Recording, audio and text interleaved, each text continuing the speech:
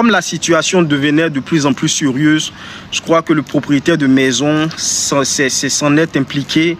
Les grandes personnes, les tantis, les tontons qui étaient autour de nous sont venus aussi pour intervenir. Donc c'est comme ça qu'on a reçu les gendarmes. On a essayé de discuter. Mes amis, c'est-à-dire Paul et sa clique étaient là. Mes colocataires et le jeune garçon voilà, qu'on hébergeait étaient aussi là. Et c'est en présence de tout ce parterre d'invités là que nous avons traité cette affaire. Donc je suis resté stoïque sur ma décision, stoïque sur ma version des faits. Et parmi ces gendarmes-là, il y avait le grand frère du propriétaire de la soi-disant chaussure perdue.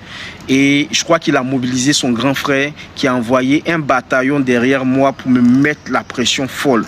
Après 15 à 20 minutes d'entrevue, le frère du propriétaire de la chaussure me menace en me disant qu'il me donne 48 heures pour trouver les 37 000 francs de son petit frère.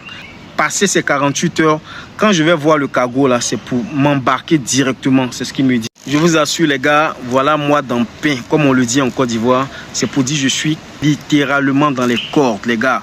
Je ne sais pas où donner de la tête. 48 heures, moi-même à l'époque pour avoir 500 francs, c'était vraiment un grand challenge où je vais trouver 37 000 francs pour payer une chaussure que je n'ai même pas vue de mes yeux. Vous-même voyez cette affaire. Donc quelques instants après le départ des gendarmes, le petit garçon, c'est-à-dire notre protégé là, nous rassemble.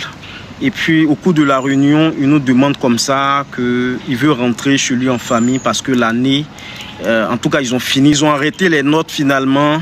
Et ses moyennes étaient en cours de calcul, ses notes étaient plus ou moins fameuses et qui nous disait merci pour le coup de main que nous lui avons apporté durant ces moments difficiles-là. Donc il demandait la permission de pouvoir rentrer chez lui, aller en vacances.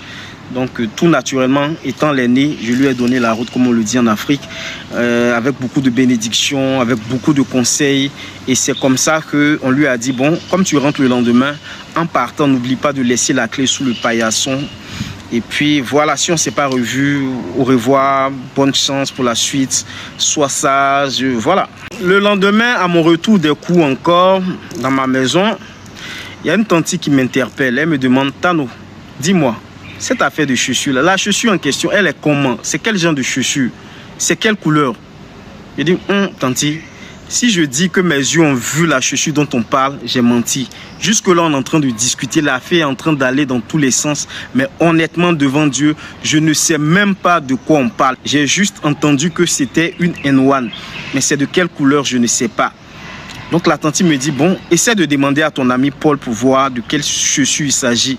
Parce que j'ai quelques indices. C'est alors que, séance tenante, je prends la peine d'appeler Paul pour prendre connaissance de la chaussure en question. Donc Paul me révèle que c'est une chaussure blanche, N1, tout ça, il me donne des détails. Je rapporte ces détails à la tante et hop, c'est en ce moment-là que la tante me dit, on dirait que la chaussure là, je l'ai vue ce matin quand votre petit là partait. Je dis, mais comment ça? Elle me dit, oui, en partant, il a porté une chaussure blanche. N1 aussi, oui, elle m'a montré le truc et il a laissé même ses tapettes ici. J'avais vu, mais bon, je me suis dit qu'il avait acheté une nouvelle chaussure.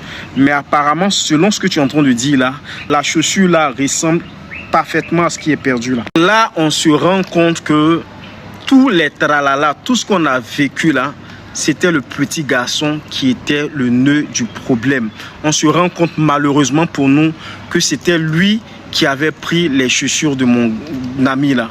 Certainement, quand il s'est rendu chez mes gars, là, chez mon ami Paul avec moi, la petite partie où il dit qu'il avait mal au ventre et tout ça, certainement qu'il m'attendait quelque part dans un endroit. Le temps que je rebouche chemin, et il est passé derrière moi pour aller prendre la chaussure de mes amis, vu qu'il n'y avait personne chez eux. Et à leur retour, ils ont constaté que leur chaussure avait disparu. Certainement que ça s'est passé comme ça. Et puis en plus, je pensais qu'il a gardé la chaussure chez l'un de ses amis. Et c'est pour ça qu'il a traîné. Il est arrivé 30 minutes après moi. Tous les cas de figure, c'est l'enfant qui a pris la chaussure du gars. Donc très rapidement, j'allaite sa sœur. Je lui dis, je lui explique un peu, je lui fais le point de la situation. Et je ne manque pas de lui dire que j'ai une pression folle. D'ici le lendemain, les gens là vont venir. La gendarmerie va venir chez moi. Et je n'ai pas envie d'avoir des pressions inutiles. Alors je lui dis de se débrouiller pour mettre la main sur son frère. Parce que c'est urgent, urgent, urgent. Après avoir fait le tour de tout son répertoire, la jeune dame m'appelle pour me dire que Elle a appelé chez eux à Bobo, l'enfant n'est pas encore arrivé. En temps, ça faisait quand même longtemps qu'il était parti. Partout, elle a essayé d'appeler un peu partout. L'enfant n'y était pas. L'enfant a disparu mystérieusement de la planète. On ne sait où le trouver. Le jour suivant, carrément en soirée, la gendarmerie se pointe chez moi comme prévu. Donc je prends mon sang-froid. Les gars arrivent chez moi. Je leur explique exactement l'évolution de la situation. Tous, autant que nous étions, nous avons reconnu que je n'avais vraiment rien à voir avec cette chaussure et qu'il fallait coûte que coûte mettre la main sur ce jeune homme-là. Donc les gens essayaient de tempêter partout, mais en vain. Donc c'est comme ça que j'étais contraint de faire une décharge. C'est-à-dire, j'ai essayé de négocier. Je leur ai dit que, comme les vacances scolaires sont déjà arrivées, qu'ils me laissent le temps des vacances pour que je puisse travailler pour rembourser les chaussures de mon gars. Donc c'est comme ça que ça s'est passé, c'est comme ça que j'ai eu un semblant de paix. Les jours qui ont suivi, je crois la semaine qui a suivi ou 2 semaines après, c'était la fin de l'année. Donc on s'est dit au revoir et c'est comme ça que j'ai quitté la maison pour espérer revenir l'année prochaine puisque j'étais dans la même école encore. Voilà, voici ainsi présentée l'histoire de la semaine.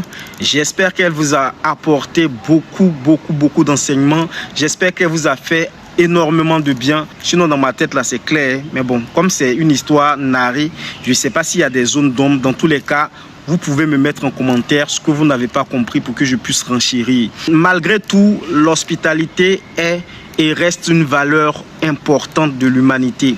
Donc quand vous pouvez, soyez hospitalier. Mais depuis ce jour-là, moi je parle de moi, depuis ce jour-là, ma manière d'être hospitalier a changé. J'ai changé mon rapport à l'hospitalité. Maintenant, là, je suis hospitalier. J'ai toujours continué à être hospitalier, mais c'est de façon un peu calculée. Je n'attaque pas l'hospitalité avec mon cœur, je l'attaque avec ma tête désormais. C'était TMK, votre coach en éveil de conscience pour vous servir. Merci.